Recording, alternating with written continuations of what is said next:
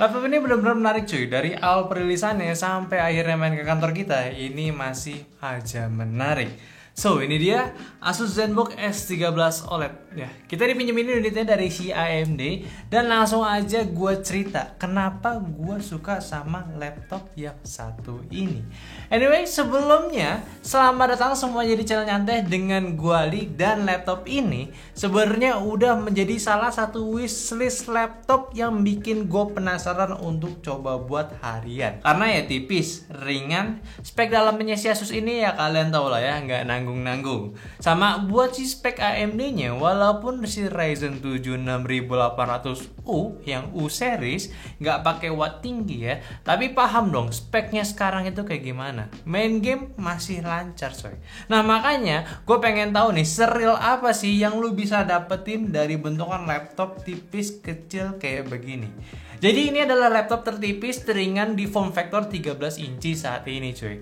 Yang awalnya sih gue pikir ya bukannya 13 inci itu ya otomatis ringan. Ya sebenarnya nggak juga gitu. Ya ini tapi bener-bener ringan, cuma 1,1 kg doang. Yang ketika lu pegang tuh ya rasanya ya bener-bener ringan. Dan tentunya dengan bentukan yang nggak besar itu otomatis 1,1 kg-nya ini tetap kerasa padat karena pakai magnesium alloy ya. Jadi tetap kerasa kokoh cuy. Suara gue hilang tuh terakhir. Segirisannya ini keren. Powder Blue, yaitu warna biru gelap yang mewah, punya feel yang mahal dengan aksen biru metalik di hinge-nya, menambah pemanis pada laptopnya, serta logo Asus ZenBook yang baru di sisi bodinya, dan ada Asus ZenBook tulisannya di bagian bawahnya. Ya secara total memang ini bukan tampang laptop murah ya. Kalau di dalamnya juga sama, layar dengan bezel tipis menjadi nilai plus laptop ini, serta finishing area keyboardnya pun menurut gua ini rapih banget. Kalau ngomongin keyboard ya walaupun jelas banget ini pasti tanpa numpad, feel pengetikannya masih enak standar ZenBook yang lainnya pula. Terus tombol powernya juga udah lengkap sebagai fingerprint, serta punya feel pencet yang beda, jadi nggak bakalan sengaja kepencet. Dan untuk keyboardnya pun juga punya backlit putih 2 step yang bisa diatur dengan FNF7, serta touchpadnya super lebar, lembut, dan juga akurat dipakai di laptop ini dengan posisi yang sejajar di posisi tengah, nggak sejajar dengan spasi ya. Dan terdapat juga sama Asus Numberpad 2.0 sebagai pengganti tombol fisik yang sebenarnya sih ya nggak bakalan kepake juga. Di layarnya juga udah menggunakan panel OLED dengan teknologi pilihan Asus sendiri, yaitu 13,3 inci di resolusi 2,8K 16:10, 0,2 milisecond response rate-nya, 60 Hz refresh rate, lalu tingkat brightness-nya mencapai 550 nits HDR peak. Akurasi warna mencapai 100% DCI P3 color gamutnya, touchscreen-nya udah ready bisa juga, dan menggunakan stylus pula. Serta udah mendapatkan sertifikasi low blue light agar mata kita lebih aman menggunakan laptop ini dalam jangka panjang. So ini udah jelas banget, kualitasnya udah mantap banget. Lo pakai banyak hal ya, lo masuk pakai kerja ini bisa, terus lo pakai nonton bisa, ya buat game ya bisa. Ya nanti kita bakal bahas soal gaming ya. Kalau buat port, sayangnya ini nggak bisa pasang port yang ukuran gede kayak USB-A atau HDMI lagi, karena ya nggak bakalan muat juga. Di ukuran segini ya bakal dikasih cuma sisi kirinya ada satu USB-C 3.2 Gen 2 aja. Kalau di sisi kanannya ada lagi dua USB-C 3.2 Gen 2 dan semuanya udah support display sama power delivery, serta ya 3,5 mm combo jack. Ya kalau masih butuh colokan tambahan yang lain ya kalau laptop ini sih ya mau nggak mau kalian masih pakai converter atau enggak ya pakai USB hub aja bisa. Tapi ya dari segi ringannya ini buat sebuah laptop itu ya menjadi keuntungan tersendiri, apalagi buat lulu pada yang demen kerja mobilitas ya kesana mari, nggak mau ribet, apalagi sering keluar kota kerja meeting ya, masukin tas simpel banget, gak makan banyak tempat juga, nggak perlu extra space kalau lu naik pesawat ya, ditenteng di tangan pun nggak ribet, serta nggak norak kalau dipakai di tangan. Kok dipegang sama tangan kita, karena desainnya menurut gue udah jadi nilai plus banget kalau lo pakai buat kerja, karena professional looks dapat, mewah pun dapat pula. Ditambah lagi sama performance-nya yang menurut gue sih AMD kali ini juga nggak mau kalah buat laptop tipisnya dipakai kerja mobilitas cuy. Ini laptop udah pakai AMD Ryzen 7 6800U yang udah pakai micro architecture Zen 3 Plus ya. Yang terbaru juga ultra thin laptop ya, dan punya 8 core 16 thread dengan TDP di 15 watt. Lalu di iGPU-nya udah menggunakan Radeon 680M yang basisnya udah pakai arsitektur RDNA 2 juga dengan 12 computing unit. Jadi udah no worries lagi walaupun gak ada discrete GPU-nya. Ya sebenarnya sulit juga kalau mau masukin discrete ke form factor setipis ini. Dan untuk RAM-nya sendiri juga udah lumayan, 16GB 6400 mHz LPDDR5. Ini super cepat buat RAM solder saat ini. Lalu storage-nya pun dikasih besar banget, 1TB SSD PCIe NVMe Gen 4. Kalau soal pengetesannya di sintetisnya dia mendapatkan Cinebench R15 di singlenya 216 poin, multinya ini dapat di 11.535 poin. Kalau Cinebench R23, single itu mendapatkan di 1.395 poin dan multinya di 8.648 poin. Kalau untuk 3D Mark-nya, si Radeon-nya mendapatkan file strike di 5.425, time span-nya di 13.024 poin. Dan untuk PC Mark 10-nya dapat di 6.159, sedangkan untuk Crystal Disk Mark mendapatkan read-nya di 6600 Mbps dan write-nya di 4800 Mbps. Lumayan kan untuk laptop setipis ini? Nah, sekarang kita tes ya beberapa hal untuk produktivitasnya. Kayak di Premiere aja kita pakai video Full HD standar durasi 45 detik. Ini bisa dirender selama 14 detik. Kalau pakai efek GPU berat dan ringan rata di 212 detik, ini makan waktu sekitar 10 detik ke bawah. Dan juga pakai efek CPU pun ini durasi 15 detik, ini cuma makan waktu 14 detik doang rendernya. Yang mana ini buat dipakai buat ngedit video Full HD, video 1080p, ini masih oke. Sedangkan kalau untuk si 4K, ya sebenarnya ini masih sedikit effort ya untuk ngeditnya. Kayak video standar aja 45 detik, ini lebih lama 3 detik dari durasi videonya sendiri untuk ngerendernya. Lalu untuk menggunakan efek CPU, GPU, ya durasinya belasan detik, ini memakan waktu ya masing-masing hampir semenit ataupun lebih menurut gua. Yang mana ini masih sangat belum mumpuni. Tapi masih bisa dan tidak crash kalau kalian mau paksa ya. Ya memang sejauh ini kalau dipakai kerjaan ringan sih ini ya udah terbaik banget. Udah pas juga lu pakai Full HD video editing masih jalan. Office Staff pun kita udah pakai Excel benchmark dari overclock.net buat sorting file besar.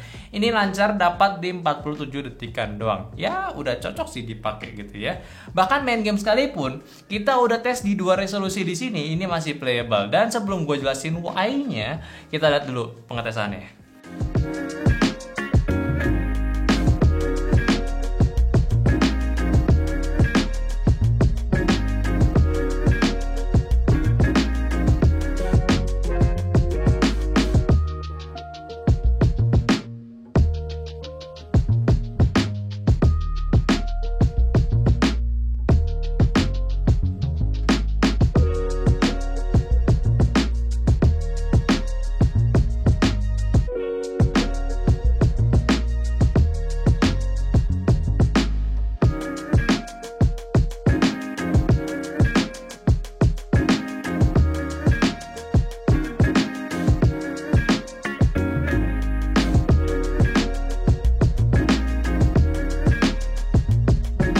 Mungkin dari beberapa pengetesan ini laptopnya itu masih oke. Ya mostly di settingan rendah di resolusi SD ya. Ini udah paling sweet spot sebenarnya. Tapi emang sewajarnya gitu sih. Untuk ngirit resource ya lu bisa dapetin FPS lebih gitu. Cuma kalau lu pengen stay up to di 2K ya buktinya sebenarnya masih bisa aja kayak main di CS:GO, Valorant, bahkan Dota 2 pun masih bisa. Ya ini lumayan keren gitu ya. Dan memang dari salah satu terbaiknya si arsitektur Ryzen kali ini yang udah pakai RDNA 2 itu memungkinkan lo masih bisa memain game di Full HD dengan lancar cuy. So apakah klaim dan pengetesan ini salah? Ya menurut gue sih enggak juga. Tapi gak kalah menariknya juga, dan ini bukan saran juga ya buat kalian, yaitu si laptopnya ini performanya itu nggak turun secara drastis walaupun saat lu nggak colok ke listrik. Kayak kita tes game Valorant aja itu perbedaannya cuma 20 fps doang dan tetap di atas 100 fps buat settingan low-nya. Ini sih menarik banget buat lo yang mungkin main game RPG mau transfer item cepet-cepet gitu ya. Ya kan nggak tahu ya, mungkin skema penggunaan produktif ya menurut gua lebih cocok aja sih sebenarnya dipakai buat main gamenya. Dan ngomongin soal suhu, memang kekurangan laptop tipis itu ya soal suhu. Tapi ini pinter loh, laptop ini punya kipas itu di area sisi kiri keyboardnya. Jadi ketika panas, gak langsung panasin jari kita. Panasnya itu di area kanan keyboard aja gitu. Sedangkan di testing AIDA stress test, Laptop ini pun cuma mentok di 88 derajat Celcius tertingginya, dan saat idle-nya itu cuma di sekitaran 46 derajat Celcius. Serta baterainya sendiri udah lumayan, kita udah tes pakai PC Mark Battery Life, ini bisa tahan hampir 11 jaman ya. Ini lumayan lama, pengecasannya pula pakai 65 watt charging Type-C pula. Jadinya kalau lu nggak bawa charger laptop si bawaan laptopnya ini, ya lu masih bisa ngecharge pakai charger handphone lu. Ya kalau misalkan speknya sama, itu ya lu bisa ngecharge speed yang sama, cuman kalau beda casan handphone lu ya otomatis bakalan lebih lama. Ya setidaknya itu masih kepake buat emergency sih. Sama yang terakhir buat utilitas seperti biasa, lu bisa cek My Asus buat all-in-one settings di sana. Serta untuk speakernya udah cakep, dia pakai bareng Dolby DTS pula. Ya untuk kualitas suaranya ya seperti inilah hasilnya.